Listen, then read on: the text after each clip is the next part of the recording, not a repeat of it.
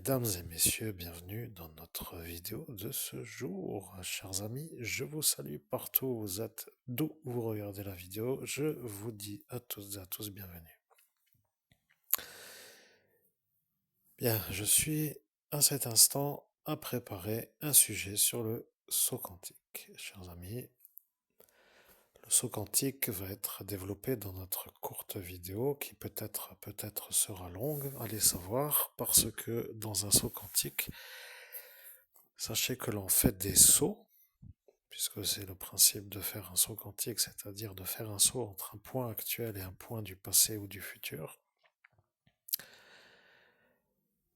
Et pour ainsi dire, comme vous avez compris, ça devient un peu comme de faire une médiumnité dans une autre époque. Oui, c'est un peu comme assez étrange à expliquer, mais c'est assez fun au jour d'aujourd'hui parce que, eh bien, ça me détend. Avantage et inconvénient d'être médium. Alors, l'avantage, c'est que l'on peut parler à qui on veut, où on veut. Mais nous sommes un peu privilégiés par rapport à ça. Avantage, donc c'est un peu comme pour dire que c'est ça. Et l'inconvénient, eh bien, je ne sais pas. Il n'y a pas trop d'inconvénients à mon niveau. Donc je dirais qu'il n'y a que des avantages. Je pense que je suis dans mon signe astrologique. Parfaitement comment dirais-je, bien aligné par rapport à mes paramètres. Oui, c'est ça qui est bien.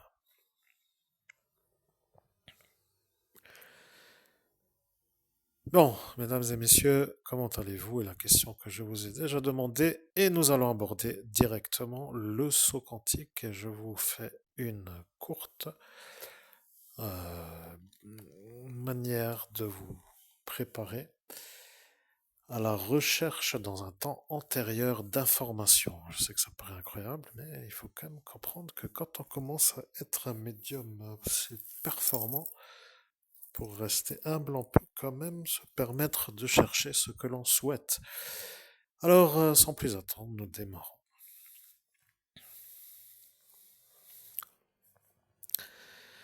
Bien, je vais commencer dans le calme, chers amis. Je vous salue partout où vous êtes. Je suis à cet instant l'être supérieur, l'être qui s'appelle le surmoi. Pour les psychanalystes, je sais qu'ils comprendront ce que cela veut dire, le surmoi.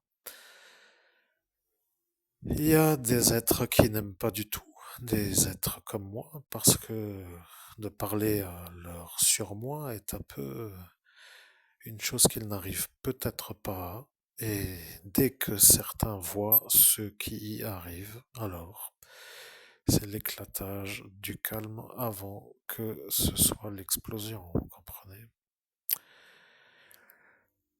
On ne peut pas toujours demander pourquoi ce monsieur PL, pour le nommer comme ce Pierre L, est un homme qui commençait à s'énerver en 17 mai pour faire une petite virgule de la parenthèse, comme j'aime le dire aussi parfois, et ce monsieur Pierre L était quand même assez énervé de me voir moi arriver à me connecter à mon surmoi.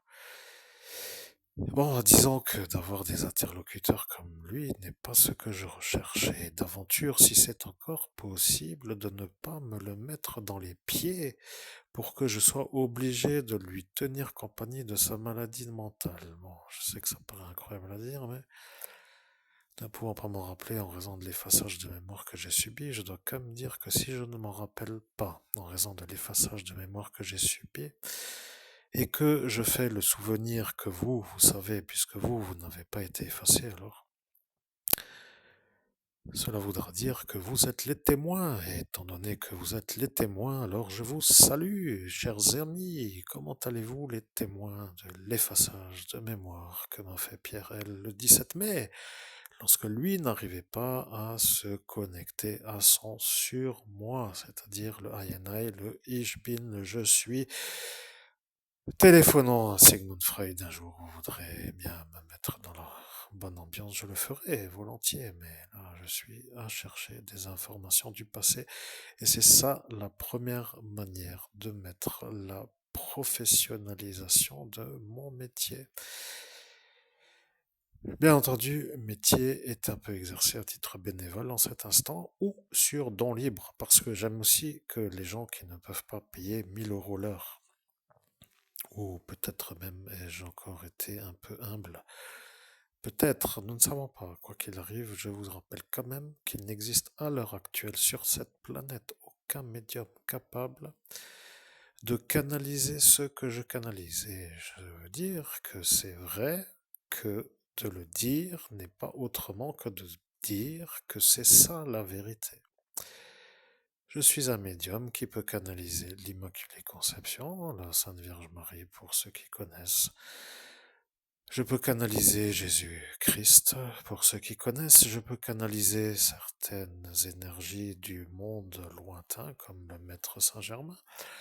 Je peux canaliser d'autres êtres évolués et bien entendu tout ce qui a trait à la religion peut être à cet instant défini comme une source de la lumière puisque je canalise de préférence les êtres de la lumière. Bon.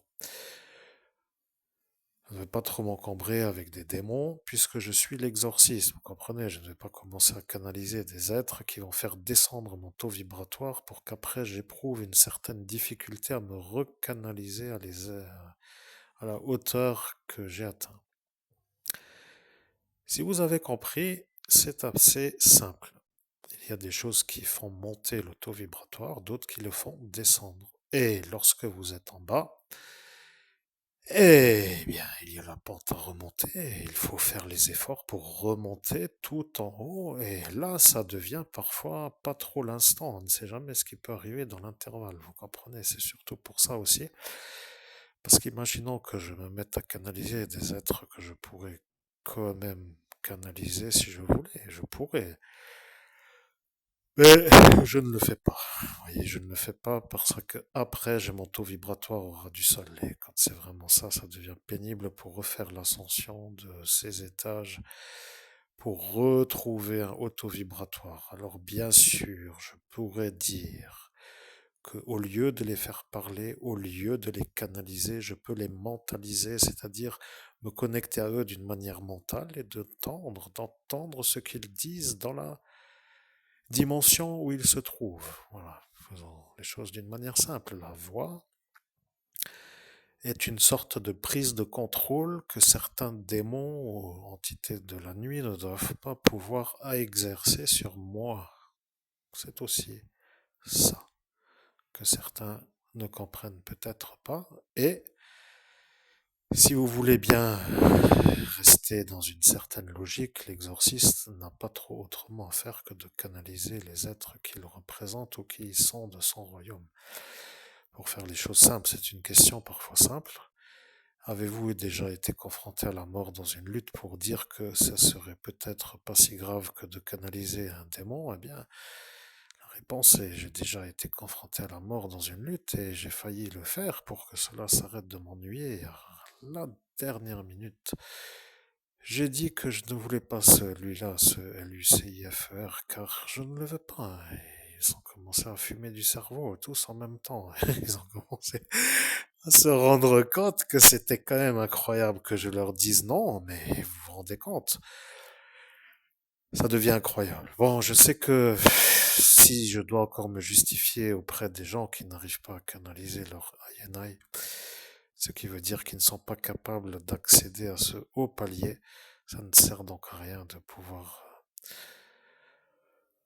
trop les satisfaire, puisque si eux, qui n'arrivent pas à canaliser leur INI, me donnent des consignes pour que je canalise ce que eux voudraient, eh bien, ce n'est pas dans mon intérêt de le faire. Voilà pourquoi ce Pierre L s'est énervé, car il a compris que j'allais être de nouveau là, et celui-là avait prévu une chose. Il a dit, lorsque moi je serai à canaliser celui-là, je ne serai plus vu d'en haut parce que je serai à être lui dans le monde parallèle. Bon, si vous voulez, partons du constat. Je suis un être humain, je me connecte à mon INI et je deviens celui que je connecte. Vous comprenez que dans ce monde parallèle, au monde humain, il y a des genres d'assemblages. l'énergie que l'on appelle se coagule et devient mon énergie autant que moi je deviens son énergie. Donc, moi, si je connecte Jésus, Christ, je deviens dans ce monde parallèle Jésus-Christ au temps où nous faisons la canalisation. C'est un genre de process que l'on ne peut pas moduler. Et c'est comme cela que celui-là a cru qu'en faisant la canalisation de Lucifer, que j'allais être vu comme Lucie, vous comprenez, et que de ce royaume des cieux, monsieur Pierre a dit que c'était tenté, mais ce n'était pas vraiment échec. Et non, bon, de toute façon, nous reviendrons peut-être un jour sur ça. Vous comprenez, la mort est un peu facile à faire parfois, il suffit d'être pris pour un démon pour mourir. C'était son idée, mais malheureusement, ça n'a pas abouti. Et quoi qu'il arrive, moi, j'ai autre chose à faire que de satisfaire des foldingos, vous voyez. Je dis bien des foldingos parce que c'est un peu ça, vous voyez. Donc le problème avec moi, c'est que comme j'ai été effacé de mon souvenir et que je ne peux pas m'en rappeler, eh bien, je le rappelle quand même, comme cela. Ceux qui ne peuvent pas dire que c'est faux peuvent dire que je suis le meilleur médium de cette planète et que je suis capable de canaliser qui je veux, mais certains croient que c'est un jeu comme dans les films de la télé. Vous voyez, certains se disent que c'est un peu marrant et que ça ne sert à rien de trop ne pas vouloir, mais quand on commence à se justifier à ne pas vouloir, on peut se demander, mais monsieur, avez-vous payé la consultation pour me proposer l'offre sur la contrainte? Est-ce que vous avez dit que vous veniez déjà? Non. Est-ce que vous avez dit que vous vouliez payer? Non plus, alors que dégagez, allez voir ailleurs. Oui, c'est comme cela qu'il faut parfois parler pour être compris, parce que c'est vraiment un genre de problème dans la manière de vouloir toujours se mettre en valeur, vous voyez? Ce sont des gens qui insistent énormément.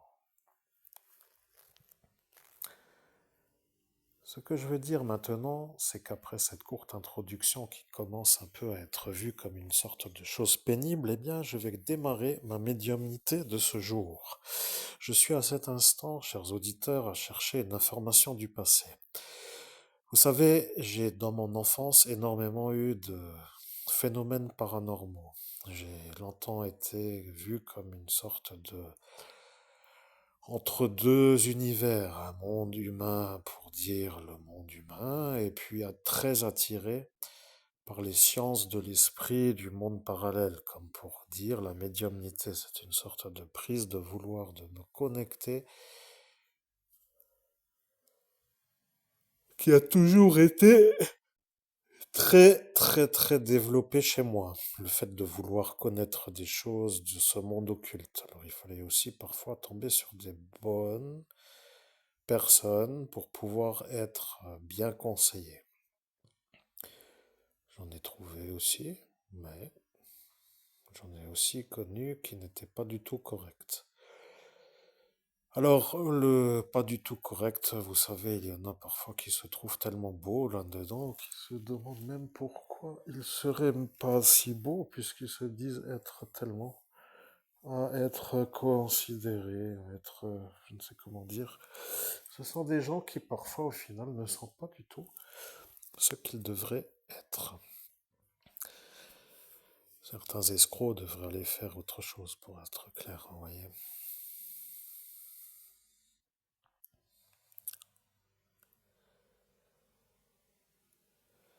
Bien, je continue, puisque de toute façon, il n'y a rien d'autre à faire que de dire que la médiumnité a au moins l'avantage d'une chose. À l'heure actuelle, j'ai passé environ, je dis bien environ, si je considère que mon don de médium s'est réveillé vers 12 ans, et que nous sommes aujourd'hui en 2025, donc vous comptez environ 40 ans de pataugeage dans les choux, enlevant les 8 années de labeur pour m'en rappeler, que je me rappelle de cette ancienne période où je faisais de la médiumnité animale. Nous sommes donc arrivés depuis l'enragement de vouloir récupérer la vérité de la nuit d'ascension qui a environ duré 8 ans. Donc nous sommes à peu près, si j'arrondis, à peu près à 40 ans plus tard. On m'avait mis un trou de 40 ans, mais vous êtes heureux, donc c'est comme cela les gens qu'il ne faut pas trop aider. Vous voyez, ce sont des genres de heureux d'avoir fait une boulette qui dure 40 ans. On va dire pourquoi 40 ans? Eh bien la question se pose. Vous voyez, regardez maintenant, mesdames et messieurs. Je sais, je vais vérifier, je l'ai déjà fait.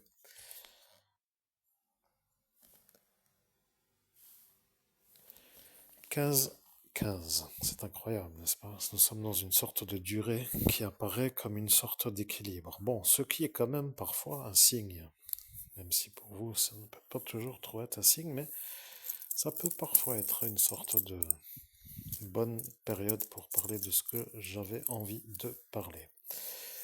Je cherche aussi un peu de... Ouais, je cherche ce qu'il faut que j'ai à portée de main et je suis à cet instant à me mettre dans la position de travail. Alors, avez-vous des questions, chers amis auditeurs? N'hésitez pas, si un jour vous en avez, posez-les-moi. N'ayez pas peur, je suis toujours open, pour ainsi dire, à pouvoir vous aider si d'aventure l'aide est utile.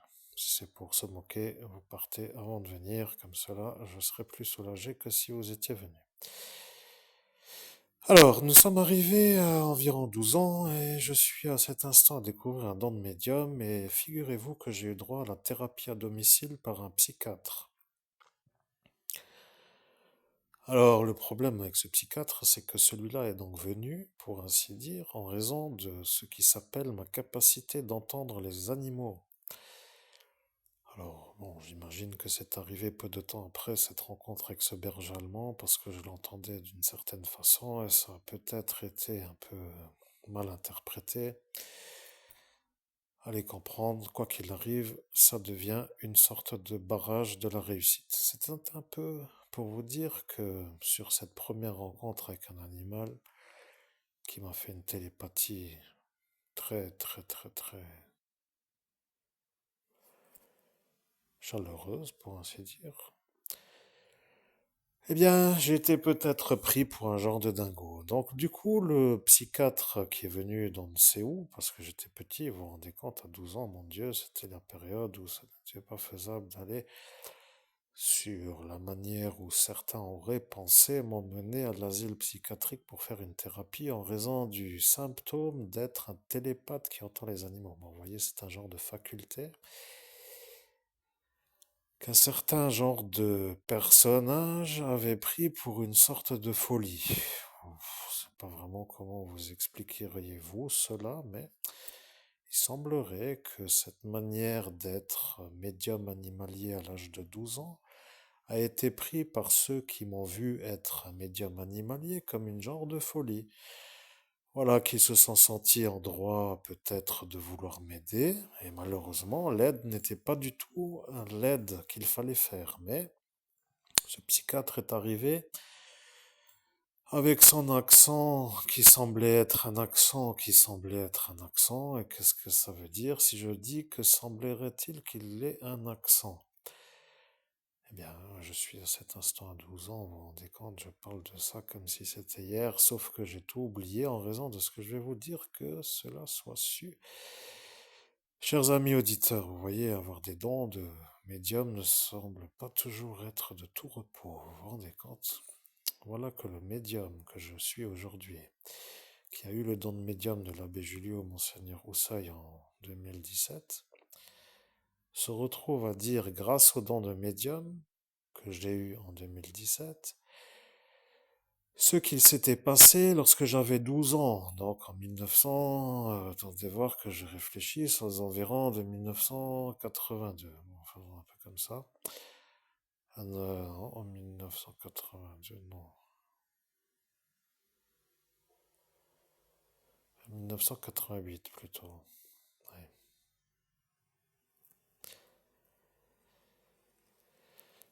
Bon, soit.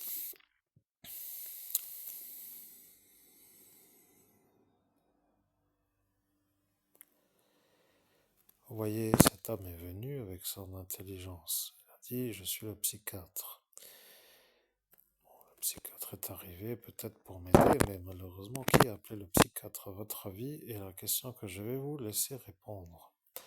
Puisque si vous avez accès au dossier, puisque vous savez qu'il est venu, c'est que vous savez qui l'a appelé. Après, vous pouvez toujours mentir ou pas, c'est à vous de voir, chacun son péché, chacun ses manières de se rendre en valeur, et puis au final, de toute façon, c'était il y a longtemps. Mais le problème est apparent. Regardez bien. Vous voyez, je suis aujourd'hui un genre d'homme qui attend un berger allemand, et en raison de ce que le berger allemand m'a dit, vous voyez, c'est déjà vous voyez un chien, vous dites qu'il aboie, parce que le chien aboie, il fait waf. Ou parfois, il grogne en faisant rrrr. Vous voyez, c'est comme cela, les chiens, ils font du bruit. Mais il faut quand même reconnaître que cette manière que j'ai de vous parler est simple à comprendre. Jusqu'à présent, vous comprenez. Il n'y a aucunement une raison de dire que vous ne comprenez pas, puisque tout pour l'instant est clair. Il y a donc dans ce monde des gens qui ont voulu m'aider. Alors, bien entendu, de dire que le chien a programmé un chien, que je vais le rencontrer dans l'âge de 50 ans, et que ce chien va être mon sauveur et qu'il va arriver, alors là, ça a dû être dans la tête de cela quand même un peu difficile, vous voyez. On a dû se dire, oulalalala, celui-là est disjoncte à fond. Mais, semblerait-il que le destin commence à aligner des choses qui se sont déjà mises en alignement avant que je vous en parle. Vous voyez, ça m'intéresse déjà depuis une certaine longueur de temps. Et la vidéo que j'ai faite avec les 3 bergers allemands que vous pouvez regarder, qui dure, bon, qui est juste la vidéo qui précède celle-ci, eh bien, sur ma chaîne YouTube, là, la vidéo que vous voyez avec les 3 bergers allemands est justement celle-ci. Donc, dans ma playlist, etc., il y a déjà une montagne de vidéos pour m'orienter vers cette race de chien. Et hier, si vous voulez, dans cette vidéo qui dure un peu longtemps, j'ai eu la révélation que le chien m'a programmé un chien pour mes 50 ans, donc en cet instant l'année prochaine. Alors, vous comprenez que ce qui est un peu incroyable, c'est que tout ce qui s'est dit, qui oriente mon choix vers une sorte de choix à faire entre un chihuahua, qui n'a malheureusement pas été accueilli, parce qu'il était quand même assez mignon au final, j'aimais bien son aspect, et qu'il était beau, parce qu'il y a des chihuahuas que je n'aime pas du tout à l'aspect. Ce Vasco que j'avais vu à la SPA était parfait. Je le trouvais franchement pour un chihuahua vraiment beau. Et pas de chance. Et il m'a fait de la télépathie animalière et donc ça va. Vous voyez, j'ai eu un bon feeling avec ce chien et ça va. Après, je ne sais pas quoi vous dire. Il semblerait qu'un homme politique a décidé de m'empêcher d'avoir un chihuahua parce qu'il s'est dit que d'avoir un chien dans le bus allait faire venir les petits pour le caresser, que ça allait de nouveau être dans sa tête une sorte de scénario qui ne tient qu'à lui, du royaume de la folie. Et donc, il s'est mis un peu dans l'effort de m'empêcher d'avoir ce chihuahua. Manque de chance, j'avais trouvé un berger allemand à la SPA de Forbach et celui-là a été adopté aussi. Malheureusement, je n'ai pas eu accès à la possibilité de l'adopter parce qu'il était déjà en circuit d'adoption. Après, j'ai eu l'étude de ce qui s'appelle les races qui m'intéressaient. Comme vous avez les playlists, vous regarderez si vous voulez. Il y a eu l'American Staffordshire Terrier que je trouve très bien, mais que je ne peux pas pour l'instant encore acquérir, dans le sens où je dois d'abord acquérir un berger allemand. Et je vais vous révéler, donc, si vous êtes un peu dans la manière de vouloir savoir, pourquoi d'abord un berger allemand et pourquoi pas l'American Staffordshire Terrier, qui est un peu mon chien de cœur. Pour dire que ça, c'est incroyable, vous voyez. Alors certains diraient, mais Chris, ton chien que tu veux, ton chien de cœur que tu aimerais avoir, c'est l'American Staffordshire Terrier. Bah, achète-toi un American Staffordshire Terrier et n'achète pas un berger allemand. Et comme cela, tu seras en convention dans l'alignement où tu seras sûr d'être dans ton vouloir, tu vois. J'avais déjà le feeling avec le Pitbull. Alors bon, le Pitbull était un peu comme l'American Staffordshire Terrier. Tu connais un peu l'aspect, tu sais comment il se comporte. Et les poils courts sont un peu plus aptes à être comme tu voudrais. Bon, parce que les poils qui sont double fourrure, là, ça fait beaucoup de poils, vois-tu. Donc ça perd plus de poils un chien berger allemand qu'un American Staffordshire Terrier. Libre à chacun de dire ce qu'il veut, chacun peut penser ce qu'il veut. Moi, de cet instant, je vous dis juste ce qu'il en est. Après, j'ai opté aussi un choix pour le Malinois, que je trouve un peu intéressant. Malheureusement, c'est un genre de coach, vous voyez, c'est un genre de coach assez intensif, vous voyez. Je veux dire honnêtement, la race me plaît, mais c'est une race qui vous met sur les genoux au bout de 3 mois. Vous voyez, c'est un peu quand même pour dire, celui-là vient toujours avec sa tête de chien qui rigole. Quand vous voulez dormir, à dire, viens, on va faire pendant 15 kilomètres un running, quoi. Tu vois, je veux dire, arrive l'instant. C'est comme pour dire, je suis fatigué, laisse-moi tranquille, et celui-là est tout flamme, tout enflammé pour que ça commence. Et arrive l'instant là, et donc ça devient le problème. Après une durée, bien sûr. Parce qu'au début, ça va, vous voyez. Il semblerait que c'est le chien le plus abandonné dans les refuges, mais il y a peut-être une raison, justement. Vous voyez, je ne veux pas non plus dire que chacun peut ou ne peut pas, mais c'est une genre de véritable coach personnel, ce chien. Vous voyez, c'est une genre de boule d'énergie qu'il faut pouvoir gérer. Bien, vous comprenez que jusqu'à l'instant, j'étais orienté vers l'achat d'un chien, je m'intéressais à acheter un chien, pour raison mes télépathies animalières étaient un peu, comment pourrais-je dire cela? Oui, on pourrait même penser que certains ne voudraient pas que je puisse faire de la télépathie animalière, oui, c'est une idée aussi qu'il faudrait étudier. Mais, donc, j'en étais à cet instant. Le psychiatre est apparu. Il a été appelé par rapport à ce qui s'appelle la manière où j'ai raconté que le berger allemand que j'ai rencontré à l'âge de 12 ans, voire donc la vidéo précédente qui dure je ne sais plus combien de temps, mais avec les 3 bergers allemands que vous voyez en fond d'écran. Donc ce chien que j'avais rencontré à 12 ans, ce n'est pas celui en photographie, hein, bien sûr vous regarderez, mais c'est un chien qui était un peu, je ne me rappelle plus trop maintenant, et voilà, que ça, il me le fallait encore.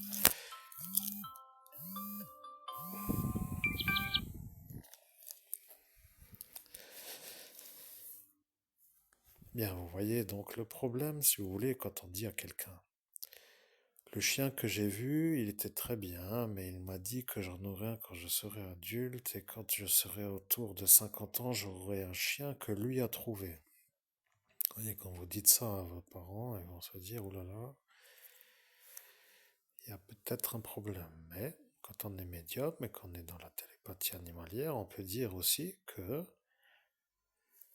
eh bien, la connexion a été faite d'une manière correcte, le langage est passé d'une manière absolument sans être incompréhensible, donc d'une manière parfaitement comprise, et que le contenu de notre échange a été que ce chien m'a programmé un chien que j'allais avoir à 50 ans. Voilà. Jusque-là, tout le monde a compris que c'est déjà un peu bizarre, vous voyez. Eh bien oui, mais quand on a 12 ans, on devient un peu, comme pour dire, regarder un peu d'une drôle de façon quand on dit ça, vous voyez, ça devient l'inquiétude. Alors ce psychiatre est arrivé, il a commencé à faire son intelligent avec son appareil d'effaçage de mémoire. Parce que c'est là, à cette époque, que j'ai eu la première fois les effaçages de mémoire, il y a 12 ans. Ils ont été un peu intelligents d'en faire venir un qui ne connaissait pas la télépathie et qui était un peu dans l'apprentissage du protocole. Vous voyez, ça, je peux vous le dire à 100%. Alors, qu'est-ce que j'en sais puisque j'avais 12 ans? Qu'est-ce que je peux affirmer qu'il était dans la convention de respecter le protocole? Eh bien, à mon avis, si vous voulez bien vérifier, ce serait tout à fait utile. Il se pourrait que ce soit un psychiatre, soit qui est venu, pour ainsi dire, intégrer le lieu de ce qu'il était à cet instant intégré, ou un homme qui voulait respecter le protocole pour une raison qui semble être la manière cartésienne qu'il a de faire sans circuit de soins. Existe à toute possibilité d'avoir une sorte de laisse-moi tranquille, je suis un médium animalier et je ne peux pas trop en parler, mais je ne suis pas du tout à vouloir en parler et je ne veux pas être dérangé parce que le don ne m'est pas trop autre que personnel et que je ne dérange personne et que je ne veux pas être celui qui est vu comme anormal, même si ce n'était peut-être pas à dire à cet instant, mais je pensais qu'il allait se mettre au repos en disant ce que je viens de dire. Parce que je lui ai dit les choses suivantes. Je lui ai dit, je suis un enfant et je ne sais pas. Mais pourquoi tu dis tu ne sais pas? Eh bien, je ne sais pas.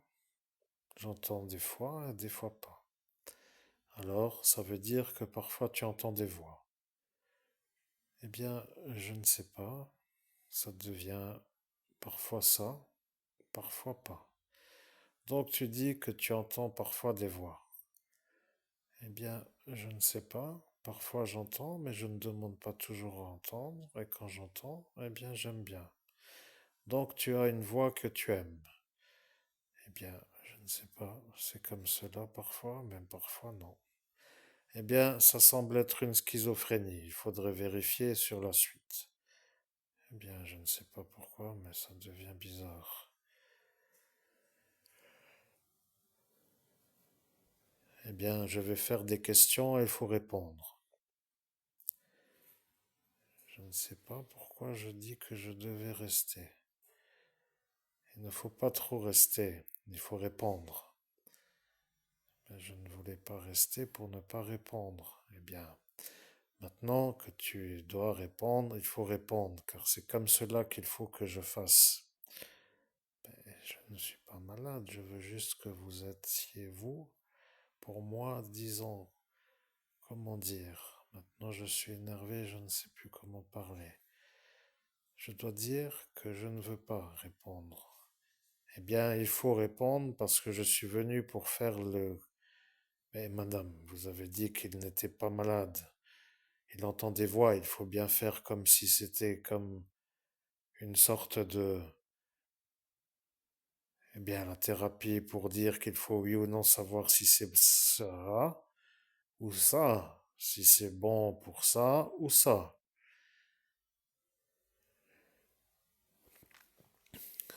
Oui, yo n'est pas à dire, mais on vient d'entendre dire yo, pour dire que là, elle ne voulait pas. Bon, elle ne voulait pas dire autrement que yo pour dire comme a dit lui.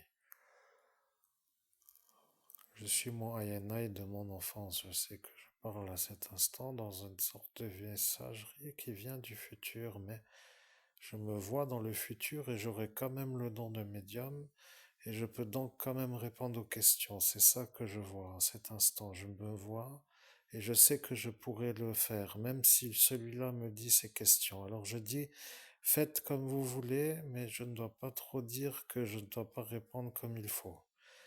Eh bien, c'est tout simplement ce que je te disais. Il faut répondre comme cela.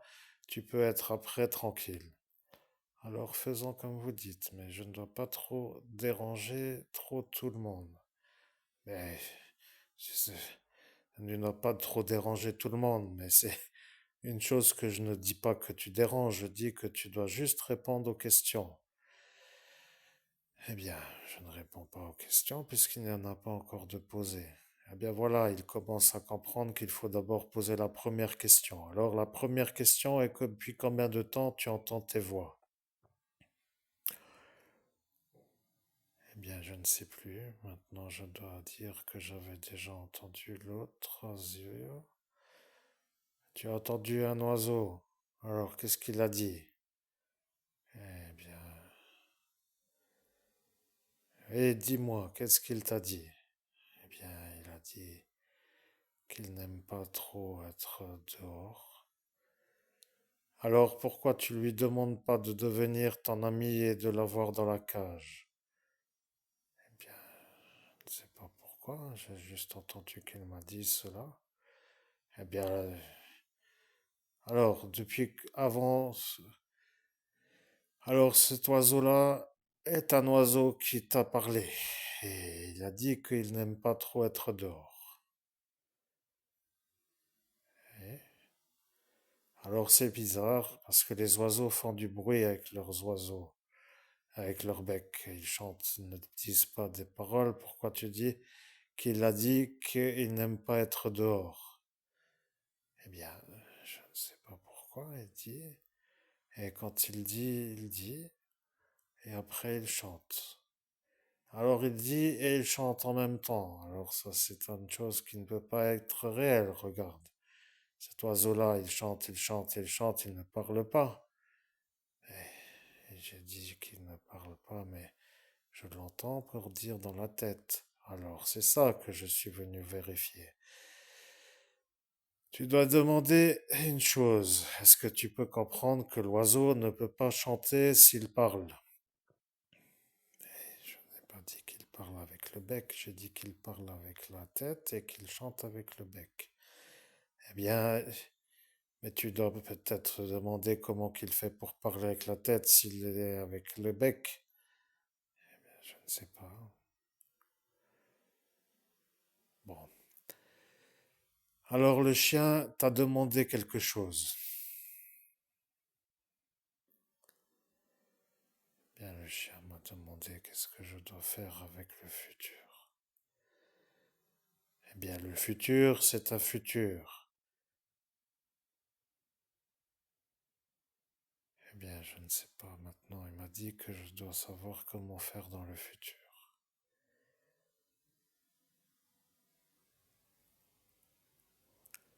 Bon, madame, je ne sais pas qu'est-ce qu'il va arriver, mais il n'a pas l'air normal. Le problème est que si je fais cette chose, il faut que je fasse tout le circuit qui s'appelle les étapes jusqu'à la sortie de cette étape-là qui s'appelle fin de la thérapie. Si ça commence ici, ça doit aller jusque-là. Si ça s'arrête au milieu, on ne peut pas s'arrêter. Si ça commence, ça va jusqu'à la fin. Et si ça va jusqu'à la fin, c'est qu'il faut faire tout ça.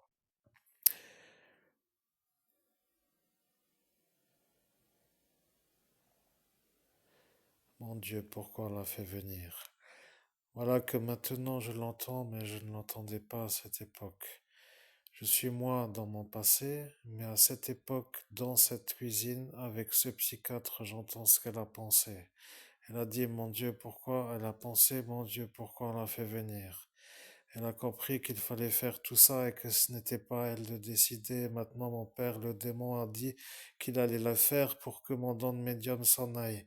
Je ne dois plus trop être calme, mais j'ai vu que j'arriverai dans le futur. Et je vois qu'il commence à me poser des questions. Est-ce que tu connais la vie? Eh, je ne connais pas la vie comme vous êtes ancien, moi non. Eh bien, tu connais déjà la vie. La vie. La vie. La vie. La vie. Je ne connais pas. Voilà qu'il connaît la vie sans la connaître. Je suis le psychiatre, il va falloir faire toute cette question. Pourquoi? Votre père a dit qu'il faut les faire. Eh bien, je ne veux pas. Il n'y a pas le choix, sinon ce ne sera pas possible pour toi de retourner demain à l'école. Et pourquoi?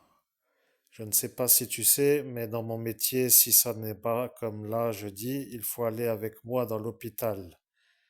Dans l'hôpital? Il faut venir avec moi si tu ne réponds pas aux questions. Mais je ne sais pas pourquoi je dois répondre aux questions. Je ne sais pas. Bien, tu ne sais pas pourquoi tu dois répondre aux questions. Tu dois devenir quelqu'un qui comprend que les oiseaux ne parlent qu'à des êtres comme pas d'oiseaux. Maintenant que je m'ennuie avec cette histoire, je commence aussi à me mélanger. Les méninges, oh, je dois demander. Les oiseaux ne chantent que avec le bec. Mais oui. Alors, comment tu peux dire qu'il parle? Mais j'ai dit qu'il ne parle pas avec le bec, mais que je les entends dans la tête parce qu'il parle avec la pensée.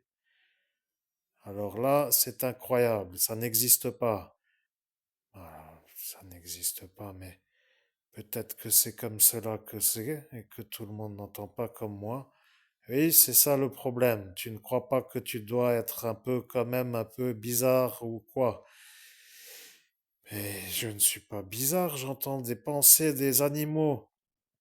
Eh bien, ce n'est pas normal. Les gens qui entendent les pensées ne sont pas des gens comme les autres. Oui, mais je n'ai pas dit que je voulais être comme eux qui n'entendent pas. Je veux garder moi pour moi, comme ça je suis moi. Eh bien, tu ne dois pas, parce que ce n'est pas normal et tu ne dois pas faire ce que tu sais, c'est-à-dire des choses que tu dis. Ça n'existe pas. Il n'y a pas de pensée de oiseau. Eh bien, l'oiseau m'a dit dans la pensée qu'il n'aimerait être dehors. Madame, je ne sais pas si vous vous rendez compte, mais il n'a pas l'air de vouloir changer. Ce qui semble être l'insistance comme pour dire qu'il ne réalise pas que c'est une anomalie. Il devient celui qui est convaincu et celui qui est convaincu ne peut pas changer d'avis puisqu'il est sûr d'être celui-là qui est convaincu. Il faut être à cet instant dans l'étape qui suit, c'est-à-dire dans ça. Oh mon Dieu. Oui, il n'y a pas le choix, c'est comme cela. Je vous l'ai dit, il faut faire l'étape là. Il faut lui effacer la mémoire pour qu'il arrête de dire qu'il entend.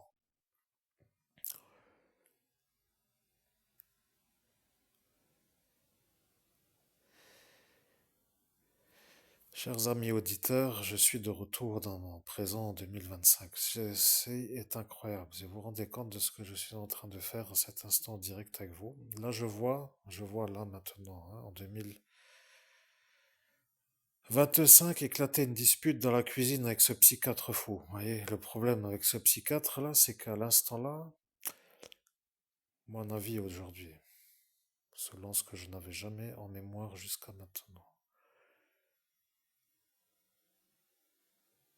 Vous êtes assez intelligent pour comprendre. Rien à rajouter. À l'instant là, aujourd'hui en 2025, je ressens une explosion à l'instant là dans la cuisine avec ma mère et mon père et une dispute a éclaté. Alors, la dispute a éclaté à l'instant de l'effaçage de mémoire. Vous voyez, ce monsieur a donc décidé de vouloir commencer à m'effacer la mémoire. Moi, je dirais à cet instant que c'est anormal d'effacer la mémoire. Je ne comprends même pas pourquoi cette affaire. Ça me semble être une erreur de professionnel, soi-disant, puisqu'il n'y a aucune raison d'effacer la mémoire, vois-tu. Qu'en pensez-vous, monsieur le psychiatre qui écoutait? Peut-être. Peut-être avez-vous même retrouvé le dossier, après tout. Donc, ma vie ne doit pas être toute ma vie avec des effaçages de mémoire. Vous voyez, je commence à déjà un peu en avoir à la cervelle, hein. C'est incroyable quand on y pense quand même.